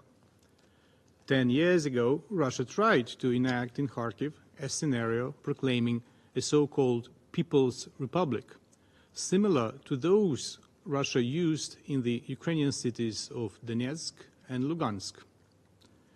To this end, buses with Russian so-called tourists arrived en masse in Kharkiv from the neighboring Russian region of Belgorod. Assigned the role of local protesters, they were supposed to serve as a driving force for dismembering Kharkiv from the rest of Ukraine. These attempts were repelled by both the Ukrainian authorities and local residents, and the conflict that Russia was able to incite in Donbass was prevented in Kharkiv. Apparently, this has triggered a deep grudge towards the city and its residents in both the Russian leadership and propagandists. At the Security Council meeting on April the 11th, we cited from their publicly proclaimed plans to, I quote, wipe Kharkiv off the face of the earth, end of quote. Now Russia attempts to translate these calls into action. Its close proximity to the border, just 30 kilometers, exposes the city not only to long-range missile and drone strikes, but to guided aerial bombs as well as ballistic S-300 missiles, Iskander missiles, and their North Korean analog KN-23 supplied to Russia by Pyongyang. In just the past 3 weeks, Kharkiv has endured 3 major terrorist attacks by Russia. On May the 23rd, Russian troops hit Kharkiv and the nearby town of Lubotin with a barrage of at least 15 simultaneous S-300 missiles. As usual, the strike targeted civilian facilities, including one of the largest printing plants in Europe, Factor Druk. There were no military facilities inside or nearby the printing plant. The Russian attack killed 7 civilians, including 5 women, and wounded another 21. All of them were employees of the plant. On May the 25th, Russian troops launched aerial bombs on Epicenter, a large construction store in Kharkiv. There were no military facilities inside or nearby the shopping mall. This attack killed 19 civilians, including a 12-year-old girl and a 17-year-old boy, and wounded another 54. The construction store was not the only target for the Russian terrorists that day, as they also hit with a S-300 missile a densely populated area in the city center. The explosion wounded 18 people, including a 14-year-old boy. On May the 31st, Russia launched an attack on Kharkiv with 5 missiles, one of which hit a multi-store residential building. This time, 9 people were killed and 26 others injured, including an 11-year-old boy and a 12-year-old girl. A patrol police officer and a paramedic were also among the victims, as Russia again restored to the double strike tactic, targeting first responders. In May, Russian forces carried out 76 airstrikes against Kharkiv, 3 times more than in April. The air raid alerts in the city in May lasted for 474 hours and 55 minutes. That is 15 hours per day. Just imagine, 15 hours out of 24, every day and every night. That is what Russia is doing to Kharkiv. The world saw a similar strategy by the Russian forces in Aleppo in 2016 to depopulate the anti-Assad stronghold. In Ukraine, the Russian strategy of depopulation is not limited to Kharkiv. They are eager to expand it to the whole of Ukraine. The regular massive missile strikes aimed at Ukraine's critical infrastructure serve this purpose. Since the beginning of this month, Russia carried out several massive missile and drone strikes. The heaviest took place on the 1st of June, when Russia launched 53 missiles of various types and 47 UAVs. Most of them, notably 35 missiles and 46 drones, were shot down, but those that circumvented our air defense contributed to further destruction of the critical infrastructure of Ukraine, mostly energy facilities. Last night, Russia again shelled Ukraine with missiles and drones. As of now, all Ukrainian thermal power plants have been damaged or destroyed. Now their share in electricity production has decreased to 5%. Hydroelectric power stations have also suffered losses, with 2 HPPs completely out of order. Russia specifically targets facilities aimed to balance peak energy consumption in the morning and evening hours. More than 8 gigawatts of generating capacity have been destroyed, which constitutes about 40% of the total available capacity in the system. The Dnipro hydroelectric power plant, Ukraine's largest HPP in Zaporizhzhia, is in a critical condition following the 1st of June strike. By hitting hydro engineering structures of the Dnipro HPP and its dam, Russia is provoking a new ecological disaster. It is similar to what Russia did a year ago on June the 6th, blowing up the dam of the Kakhovka HPP. The Office of Prosecutor General of Ukraine issued a notice of suspicion to Colonel General of the Russian Army Oleg Makarevich, who, as a commander of the Russian Dnieper group of troops, gave the order to blow up the Kakhovka dam. This order killed at least 35 civilian residents, while 24 others were reported missing. 66 settlements in the Kherson and Mykolaiv regions were flooded, along with large areas of agricultural, nature reserve, and forest lands. Mr. President, Russian attacks continue to cause numerous casualties, including children and pregnant women. For instance, on June the 4th, a 12-year-old boy and a 1-month-old baby were injured in an attack on Dnipro city. The day before, a 12-year-old boy was killed in the Donetsk region, and 9 children were injured in the Kharkiv and Dnipro regions. Education and health facilities were also reportedly damaged in the Kherson region during recent attacks.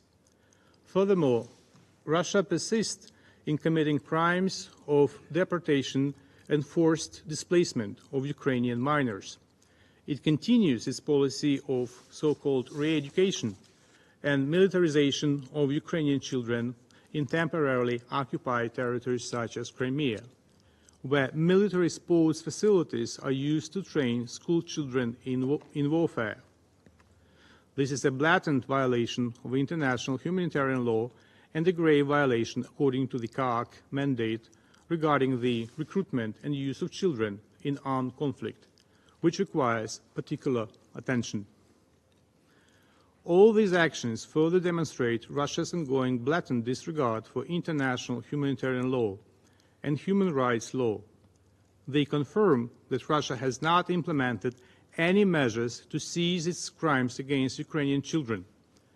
Therefore, it is imperative that the Russian armed forces and their affiliated armed groups remain on the list of the Secretary General's annual report on children and armed conflict. Mr. President, Russia kills Ukrainians as it simply wants to wipe Ukrainian statehood and the Ukrainian nation off the face of the earth. So is it right to call such desire a Ukrainian crisis? Ukraine, its people, its environment, and infrastructure suffer the most from this war of aggression as a result of the Russian crisis. Nevertheless, for more than 2 years, we keep hearing in this chamber, and at least 7 times in just one statement today, Ukrainian crisis, Ukrainian crisis, instead of referring to international armed conflict. Assistant Secretary General Ms. Msuya has called on us this morning to respect international humanitarian law. So let me remind you that international humanitarian law distinguishes 2 types of armed conflicts, namely international armed conflicts opposing 2 or more states, and non-international armed conflicts between governmental forces and non-governmental armed groups, or between such groups only. Enough euphemisms that only serve to hide the responsibility of the aggressor. The Security Council is the major intergovernmental UN body empowered to maintain international peace and security. It is not a workshop of experts, journalists, or public at large to compete in inventing new language. Perhaps with the exception of those meetings of the Council that Russia calls to bring to the chamber eccentrics and other odd personalities. We therefore call for the use of proper language regarding the international armed conflict stemming from the Russian armed aggression against Ukraine. This aggression has emerged as the territory known as the Russian Federation suffers from a perpetual crisis. Crisis of democracy, crisis of the rule of law, crisis of respect for its own citizens and other states, first of all, neighbors. This war will not die down along the current lines because there are no lines for evil, neither 80 years ago nor now. As my president stated today in France, and I quote, "If someone tries to draw temporary lines, it will only give a pause before a new war. It is the same now as it was when evil was unleashing its aggression against its neighbors in the 1930s. Hitler crossed line after line. Putin is doing the same." End of quote. Therefore, if you wish to address to what is going on in Russia, and what is planning by Russia, you can refer to the Russian crisis and take the necessary steps to address many imminent threats and challenges that this Russian crisis poses to the world. The UN General Assembly was very clear in its 6 resolutions adopted at the 11th Emergency Special Session regarding what is happening, notably the Russian aggression against Ukraine. Let's respect international law and let's respect its definitions. Let's respect the General Assembly resolutions, including the ES 11/6 of February 23, 2023, that clearly envisages what should be the basis of comprehensive, just and lasting peace in Ukraine, and that is sovereignty, territorial integrity within internationally recognized borders, and accountability. All these have been among the elements of the Ukraine peace formula presented by the President of Ukraine even before the adoption of the resolution. To contribute to this vision of peace based on the UN Charter, we invite all peace-loving nations to the inaugural Peace Summit scheduled for 15th and 16th of June in Switzerland, as each nation can really bring peace closer. The restoration of the rules-based international order can be achieved only if all peace-loving states of the world unite their efforts. Ukraine needs a strong voice from all countries in favor of a just peace, and the participation in the Peace Summit in Switzerland will give a platform to demonstrate a clear commitment of the international community to the appropriate principles and values.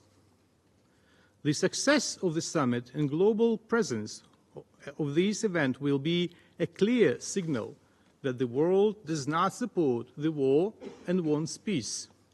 The summit is aimed to give a platform to discuss various ideas to achieve a comprehensive, just and lasting peace, and to give a high-level political start to prepare a joint peace framework which should restore peace for Ukraine, for Europe, and for the world. And I thank you, Mr. President. I thank the representative of Ukraine for their statement. I now give the floor to the representative of Latvia. Mr. President, I have the honor to address the Council on behalf of the Baltic states, Estonia, Lithuania, and my own country, Latvia. We align ourselves with the statement of the European Union to follow. And I also thank ASG Msuya for her briefing. Russia, disregarding the UN Charter and international laws by its illegal, unprovoked, and unjustifiable war of aggression, continues to violate the territorial integrity and sovereignty of Ukraine. Russia violates international humanitarian law by targeting the civilian population and civilian objects in Ukraine.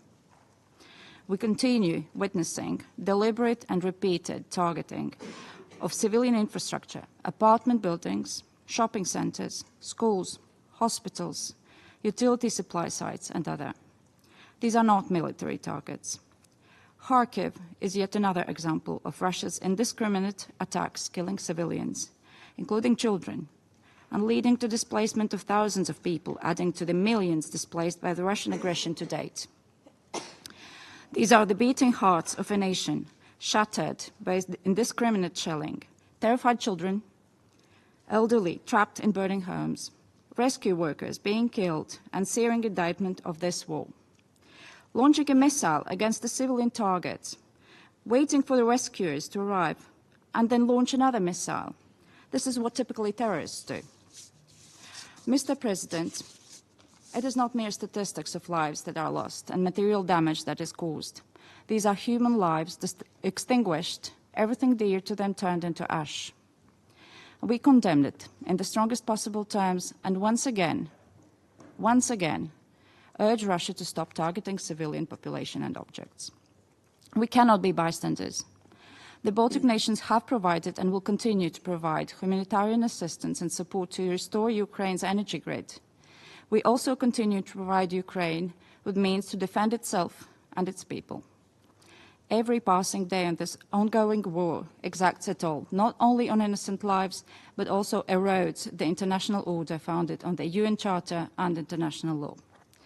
Moreover, it is very unfortunate that Russia is using the global food crisis for its own propaganda purposes, spreading its false narratives that sanctions are the main cause of the crisis, while it is instead their own brutal war of aggression.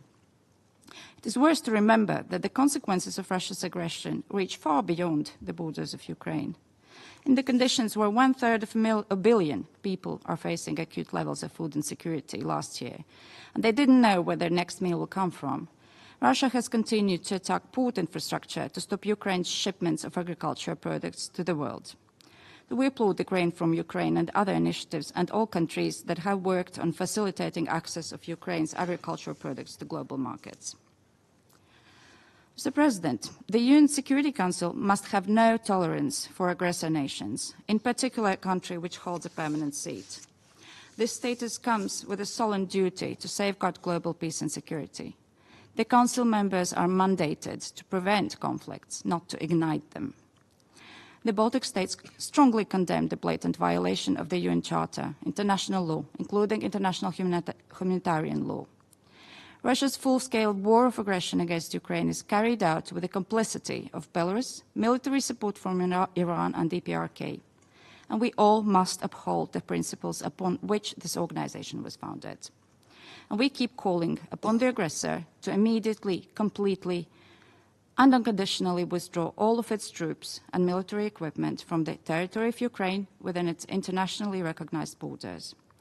And we call upon all peace-loving nations who respect the independence and territorial integrity of any state to take part in the Peace Summit in Switzerland, hence directly contributing to the establishment of a just and lasting peace in Ukraine, in full conformity with the sacrosanct principles of the UN Charter. The Baltic states reaffirm our full solidarity with Ukraine and our unwavering support until its victory. I thank you. I thank the representative of Latvia for their statement. I now give the floor to the representative of Poland. Mr. President, Excellencies, we thank the Republic of Korea for convening this meeting and ASG Msuya for providing us with the latest overview of the humanitarian situation in Ukraine. Mr. President, it is extremely worrisome that after 25 years since the Security Council adopted its first ever resolution on the protection of civilians in the armed conflicts, and 75 years since after the 1949 Geneva Conventions, civilians caught in conflict situations are still the target and often deliberate attacks in clear disregard of the state's obligation under the international humanitarian law. People in Ukraine have been facing the dramatic consequences of the Russian aggression for 833 days now. It does mean 833 days living in a constant fear of shelling and indiscriminate attacks, limited or no access to basic services such as food, protection and education, as well as widespread displacement and violence, including sexual and gender-based violence. Millions of people remain displaced at home and abroad, with no end in sight to war. Last week's proved especially disastrous, with Russia's deliberate targeting the energy infrastructure, resulting with the nationwide power outages. A Russian attack on Kharkiv region meant the new wave of internally displaced persons forced to leave their homes. The number of attacks on the city itself, destroying critical infrastructure, major industrial and commercial facilities, residential buildings, offices and city infrastructure, aimed at terrorizing civilian population and forcing the local residents to flee, is outrageous. Mr. President, Poland constantly and consistently condemns Russia's aggression against Ukraine, which is a clear violation of the UN Charter. Its repercussions heavily affect not only regional but also global security. We deplore Russia's attacks against civilians, civilian objects and infrastructure, and call for accountability for violations of the international law committed in Ukraine by the Russian Federation. We are appalled by the abduction and forced reallocation of Ukrainian children to the territory of Russian Federation, which violates a number of international obligations. In the context of regional destabilization, we are also strongly deplore the attempts to instrumentalize and weaponize migration, which we perceive as a continued campaign of hybrid attacks on Poland's border with Belarus. As the direct consequence, in the recent days, a Polish soldier lost his life in a stabbing attack on the border. Let me emphasize that all countries have the obligation to comply with the UN Charter, international law and the resolution adopted by the Council. It is worth recalling that exactly 5 years ago, on Poland's initiative, the UN Security Council unanimously adopted the first ever resolution on the protection of persons with disabilities in armed conflicts, which has been constantly violated by the Russian aggression on Ukraine. Today, I would like to reiterate that the permanent members of the Council have a particularly strong responsibility in ensuring protection of civilians, especially those in vulnerable situations. No state should ever take action resulting in the suffering of the civilians. This applies to the Russian Federation, of course, as well. So only comprehensive, just and lasting peace is the solution and answer. Thank you. I thank the representative of Poland for their statement. I now give the floor to the representative of Sweden. Thank you very much, President. I have the honor to speak on behalf of the 5 Nordic countries, Denmark, Finland, Iceland, Norway, and my own country, Sweden. We thank the Presidency for the opportunity to address the Council and thank ASG Musuya for her statement and updates. Yesterday marked 119 weeks since the start of Russia's brutal and illegal full-scale invasion of Ukraine. Every day, the war continues to cause death and destruction. Millions have been forced to flee and thousands have been killed or injured. Homes have been destroyed, incomes lost, and futures shattered. Today, almost 15 million Ukrainians, 40% of the population, are in need of humanitarian aid. In parts of Ukraine, people have endured more than 10 years of Russian aggression. Cities have been annihilated and people are unable to cover their most basic needs. Internally displaced persons are struggling to find an income and a durable living situation. While the humanitarian situation is deteriorating, humanitarian funding to Ukraine is declining. All in all, the humanitarian space is shrinking, hindering access to the people most in need. Meanwhile, Russia continues its attack all over Ukraine. As we speak, Russia's dreadful campaign of attacks against the Kharkiv region continues. These attacks are driving up humanitarian needs and underscoring the brutality and human suffering of Russia's war of aggression. Across Ukraine, Russia has reportedly destroyed 106 hospitals, 109 churches, and 708 schools. Russia's unacceptable and brutal targeted attacks against civilians and energy infrastructure have caused massive damage. Over the past weeks, large-scale attacks have forced Ukraine to impose emergency power shutdowns across most of the country. And while winter might seem far away, there are already fears of severe shortages of electricity, heating and water in the coming cold season. We call on Russia to immediately cease its attacks on civilian and civilian infrastructure in accordance with international humanitarian law. The message must be clear. Russia must stop its invasion, withdraw its forces, and pay due compensation for the damage and traumas caused. We, the Nordics, are committed to continue our humanitarian support to Ukraine, and as we assist Ukraine in meeting these challenges, we want to highlight the following. First, locally led humanitarian response is vital to assist war-affected population. Recent weeks in Kharkiv have underlined the central role played by local actors in humanitarian response. International efforts must be complementary to the service delivered by Ukrainian authorities and local organizations. Consequently, we Nordics have stepped up the support for Ukrainian responders through our humanitarian partners. Second, our efforts demand a holistic approach.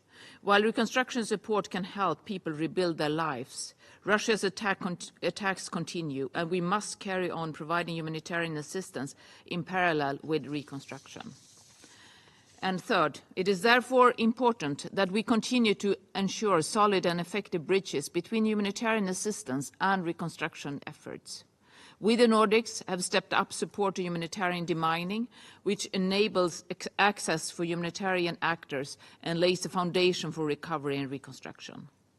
We urgently call for full, safe and unhindered humanitarian access to all areas in Ukraine, including those temporarily occupied by Russia. Lastly, the Summit on Peace in Ukraine, taking place in Switzerland later this month, will address humanitarian issues with a focus on the return of prisoners of war, children and civilians, as well as food security and nuclear security. All Nordic countries will participate at the highest level, signifying our firm support to President Zelensky's peace formula and a path towards a just and lasting peace in accordance with international law. We count on your support. I thank you.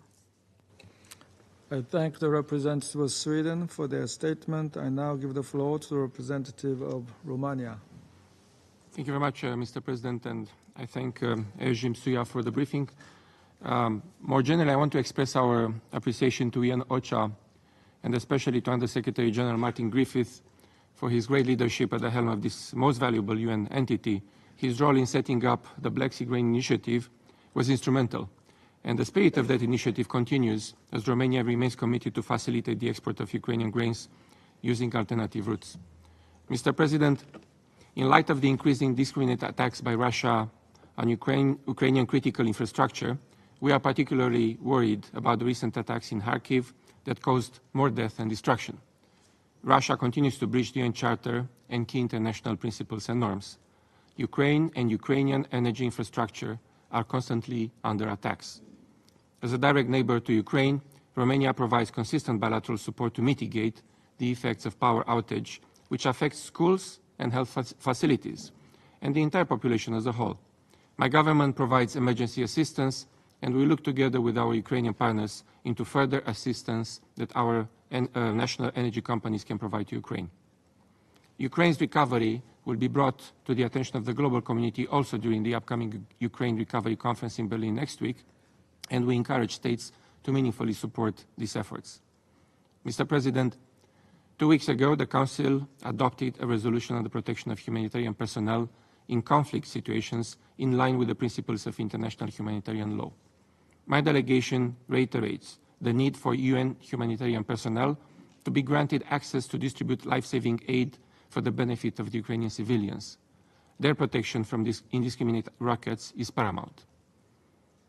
Likewise, accountability efforts must not be forgotten. Both the International Court of Justice and the International Criminal Court have made pronouncements in line with their mandate, and they must be fully respected. We continue to strongly support their judicial activity and call for respect of their independence. Attacks on international courts are unacceptable. There have been more than 100 meetings on Ukraine in the last 2.5 years since the war of aggression started, meetings of this Council. And yet we will not stop in repeating and reaffirming our unwavering support for Ukraine's independence, sovereignty and territorial integrity within its internationally recognized borders. These principles are at the core of the UN Charter, and under no circumstances should we cave in to complacency. Thank you very much, Mr. President. I thank the representative of Romania for their statement. I now give the floor to His Excellency Mr. Stavros Lambrinidis, Head of Delegation of the European Union to the United Nations. Thank you, Mr. President. I have the honor to speak on behalf of the European Union and its member states. I would like to thank the ASG for a briefing. We are 2 years and 4 months into Russia's illegal, unprovoked, and unjustified aggression against Ukraine, and yet we're still confronted with the same surreal situation. While preparing for the presidency of the Security Council next month, Russia, a P5 member, is at the same time launching a new offensive with intensive strikes on Kharkiv region, with systematic and brutal bombings of civilians and civilian infrastructure. I would like to stress 3 points. First, Russia must uphold international law like everyone else and cease its attacks on Ukraine's civilian infrastructure now. The past weeks, successive attacks in the Kharkiv region have caused more death and destruction, triggering a new wave of displacement. Reporting by the UN Human Rights Monitoring Mission has highlighted the terrifying impact on civilians of Russia's latest escalation. Those that have fled the front line in search of safety are suffering new trauma in Kharkiv. Russia has also intensified attacks on Ukraine's power plants. Such systematic airstrikes against Ukraine's civilian and critical infrastructure violate international humanitarian law and must stop immediately and unconditionally. They disproportionately impact the most vulnerable, leaving millions of households with no power, housing, water, gas, or access to basic services. OCHA's latest report also indicates the effects of Russia's aggression on healthcare and schooling. Just this year, the UN has verified 70 attacks against healthcare facilities and 90 attacks against schools in Ukraine. The WHO reports that as a result of Russia's aggression, over 1.5 million children, I repeat, 1.5 million children in Ukraine are in urgent need of mental health support. Second point, full humanitarian access needs to be ensured. We commend the efforts of OCHA and all humanitarian partners to provide assistance to those in need, which is currently more than 40% of Ukraine's population. The UN has repeatedly highlighted the challenge of reaching civilians in areas currently under temporary Russian occupation. This means an estimated 1.5 million people are being cut off from humanitarian aid. While it wages a war of aggression, Russia shows no concern for the welfare of civilians in the areas it temporarily occupies. In accordance with international humanitarian law, it must facilitate full, safe, rapid, and unimpeded passage of humanitarian relief for all civilians in need. It must also ensure freedom of movement for humanitarian workers. As is the case for all crises around the world, Mr. President, the European Union and its member states will continue to contribute generously to the UN's humanitarian response, also in Ukraine, and we call on all countries to step up their own support. Third point, we reiterate our support for comprehensive, just, and lasting peace in Ukraine, based on the UN Charter, not trampling it.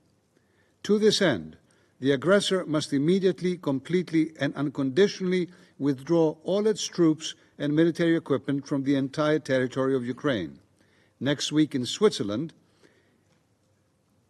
there is a summit on peace in Ukraine, which will reaffirm the centrality of international law, including the UN Charter and its principles.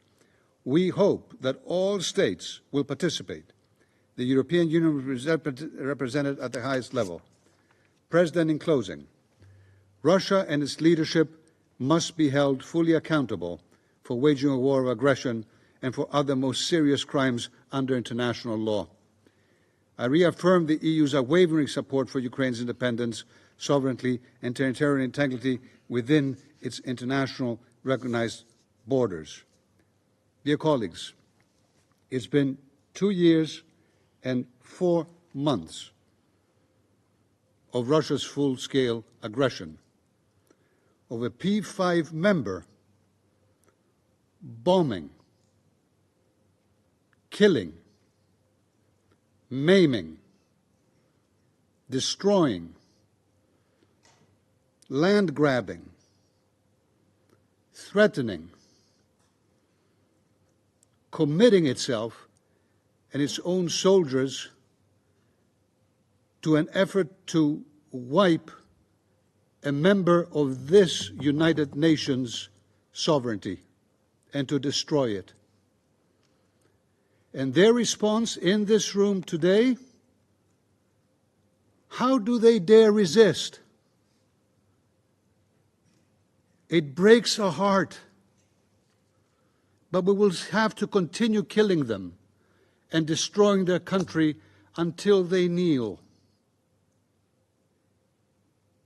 This is not the language of a P5 member. This is the language of a mafia boss enough is enough. The EU will continue to support Ukraine for as long as it takes and as intensely as needed. Thank you. I thank His Excellency Mr. Lambrinidis for his statement. There are no more names inscribed on the list of speakers. The meeting is adjourned.